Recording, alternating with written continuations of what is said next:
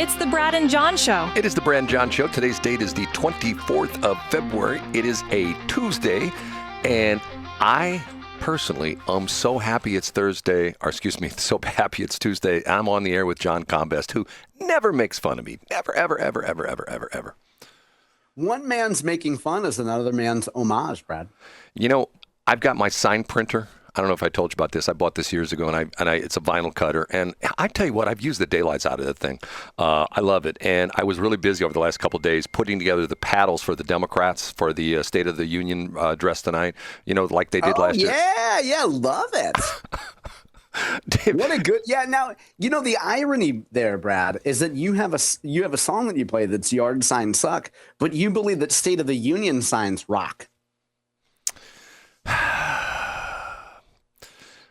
You know, the story was this morning, I heard this story on one of the national networks, one of the national news networks, that Hakeem Jeffries has been working with the Democrats in the House to essentially say to them, we need to not embarrass ourselves. We need to not remember last year was Al Green, not the guy the singer, but I think isn't Al Green the one that, remember the story when he had some admiral in a congressional hearing and they were talking about putting more people on the base at Guam? Do you know this crazy story?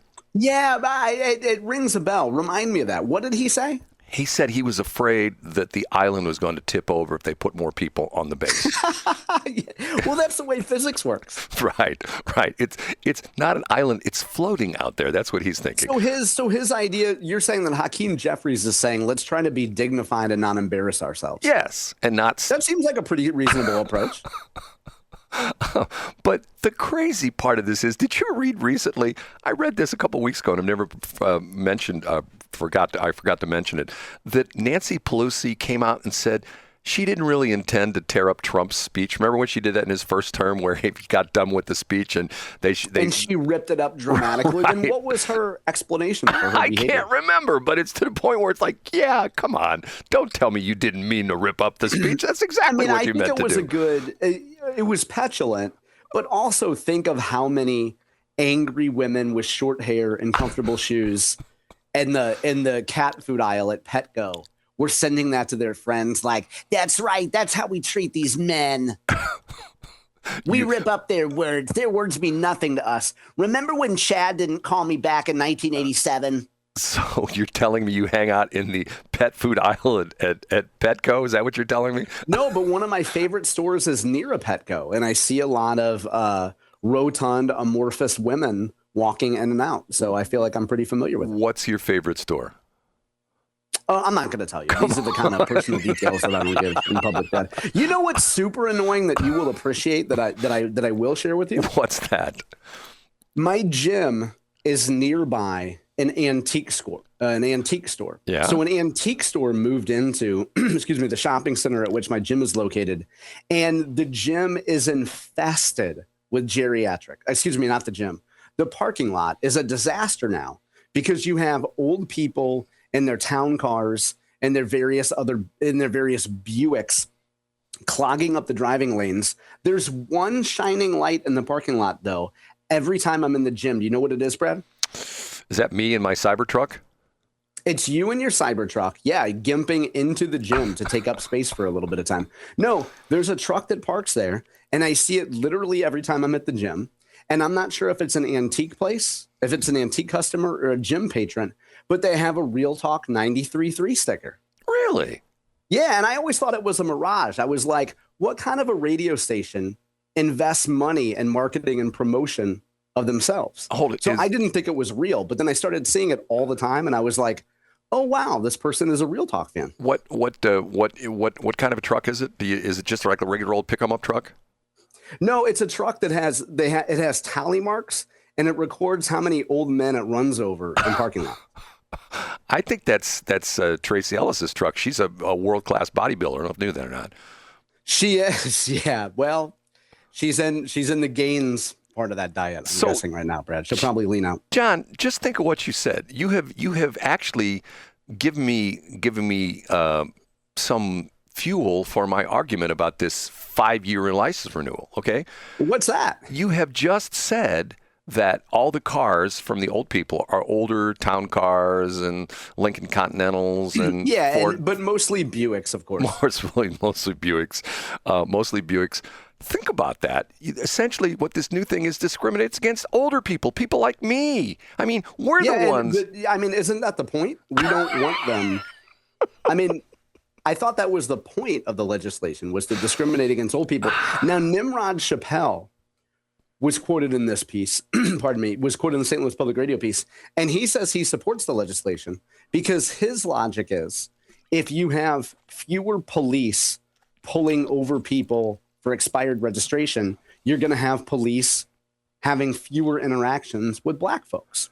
So see, everybody except for Brad loves this. Even the NAACP loves the legislation. Well, John, I hate to tell you this, but we already have 5-year plates in Missouri. Do you know about this? No, what are they? They're temporary plates. You just keep using them. You just keep them on. I can't see too well. Is that Charlie Brennan complaining over there, Brad? Wasn't that his gimmick? Is Charlie still on the radio? He's retired, and occasionally I think they have him on KMOX from time to time, like as a guest speaker, stuff like that. I mean, the crazy thing about it is, you're old when I remember when he was a young guy and he started at KMOX, and now he's retired. What am I still doing here, John? Tell me, what am I doing at 90? What am I still doing? Hey, Brad, I ask myself that question every day. I bet you do. Part of Charlie Brennan is he's not a native St. Louisan, but I have a book right behind me on my bookshelf in my office, written by Charlie Brennan he wrote several books. Oh, here's where it is. Here's Where, A Guide to Illustrious St. Louis by Charlie Brennan. And he's originally from somewhere else. Where's he from? I don't remember. I think Cleveland. Is it Cleveland? Yeah, that could be right. Yeah, I was going to say maybe Boston. No, I don't think he doesn't have that Boston accent. He's got more of a Midwest accent. Yeah, you could be right. Yeah. Yeah. So you really have his book? Oh, yeah. I have Here's Where, A Guide to Illustrious St. Louis. I have 2 books by radio icons. I have his, and then I have J.C. Corcoran's autobiography. You never bought any of my books. Yeah, you haven't written one. You did write a flimsy PDF that you probably had AI write. No. But other than that, you haven't written any books. The Perfect Traffic Stop. What are you talking about? That's not flimsy. Well, I was talking about fastfoodmediet.com. Oh, that's another one. I mean, come on. I mean, see, people could lose weight with that. Come on. See, here's the interesting thing, John. I am a true entrepreneur. And one of the interesting things about it is most people, they get defeated when they fail once. Okay, I tried it once and it didn't work. I just keep slugging away. That's the difference. You know what I mean? That's true, Brad. It's one of your most admirable traits. I just keep slugging away. And you know what? You know who keeps me going? There are people that inspire me. And for his initials, BE. These low-dollar networks have been really used all over the political spectrum, going really back to 2008 with the Barack Obama campaign. Did by the way, during that thing, did you know what Bill the Bill PAC stands for? BILL. Did you know this little thing? Yeah, it stands for, what is it, Believe in Life and Liberty or something? Yes. I'm going to myself, what a scam. Believe in life and liberty. And Brad, now see, why would you possibly call that a scam? You don't think that Bill Eigel believes in life and liberty? Okay, help me with Brad, B-R-A-D. What could Brad stand for? Come on, you got a quick mind. Come up with something.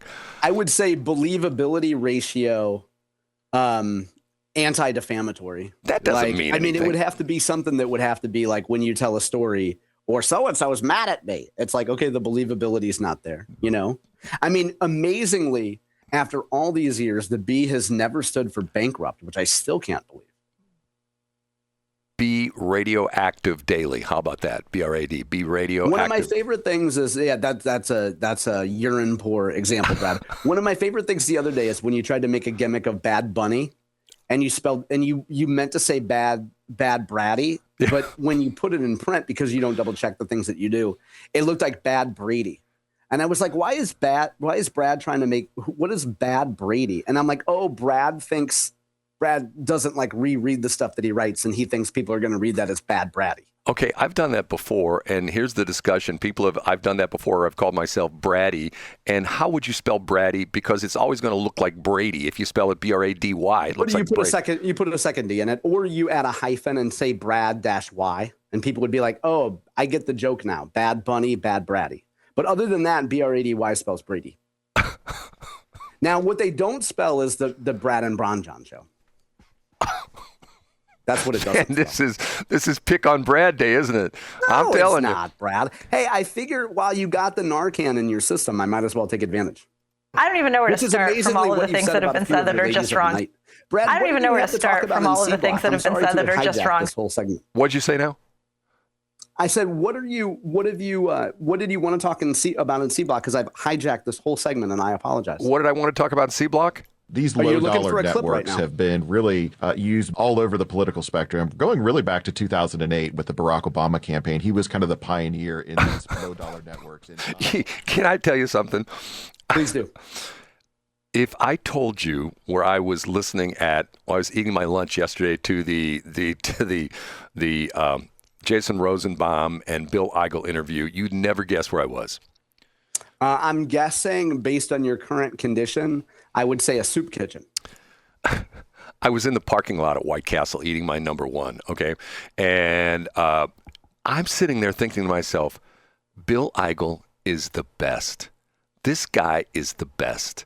He's being called on the carpet by Jason Rosenbaum, and he's just like shucking and jiving and deaking and duking and he's making these moves. He's like a guy that picks up a fumble. And he won't back down. I'm sorry to interrupt, but he won't back down is what you're saying. Exactly. He's like a guy who picks up, he's a lineman in a football game, and he picks up a fumble on the 1 yard line, and he makes this unbelievable run where he runs down the field and he's dodging tackles, and at one point in time, there's like 3 tacklers that come after him, and he jumps up in the air like 8 feet in the air and flies over their head, and then he hits the ground and does like a forward roll, and he starts running backwards with the ball, and he's waving the ball, and he crosses the goal line. He goes, show you guys. You know what I'm saying, John?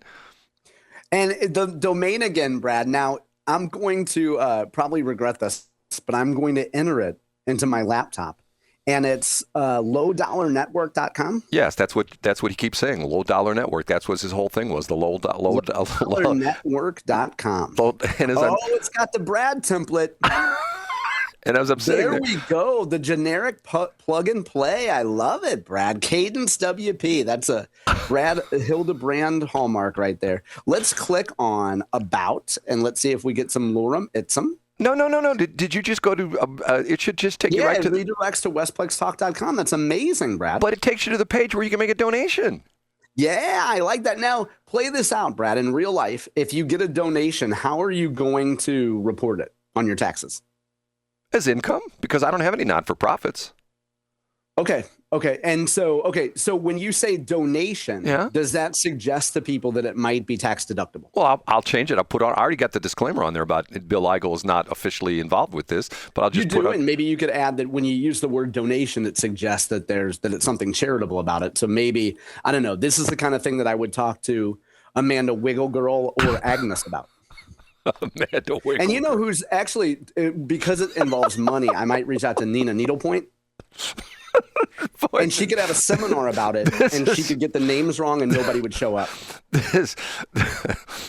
John, I'm glad I got this out of your system today, because the rest of your day is going to be, you're going to be nice to people because you just spent a whole hour just gigging me. You know what I'm saying? Brad, I think your ability to put together a low-effort website quickly is something to behold, and I always celebrate you for it. A low-effort website. Okay. John, and, there's a line I could use, but if I used it, you'd be mad at me. Oh, I know, Brad. You're so magnanimous and not hurting my feelings. I can't wait to talk to you on Hump Day, Brad. Oh, I'll use it. John called my websites low-effort websites. Look at johncombest.com and see how much an effort that is. Brad, it's been the same template since 2001. There's no graphics. But the sad thing about my website, there's no lorem ipsum, and I don't give up on the website after a couple months. Isn't that crazy? John, it's 8:02. Say goodbye.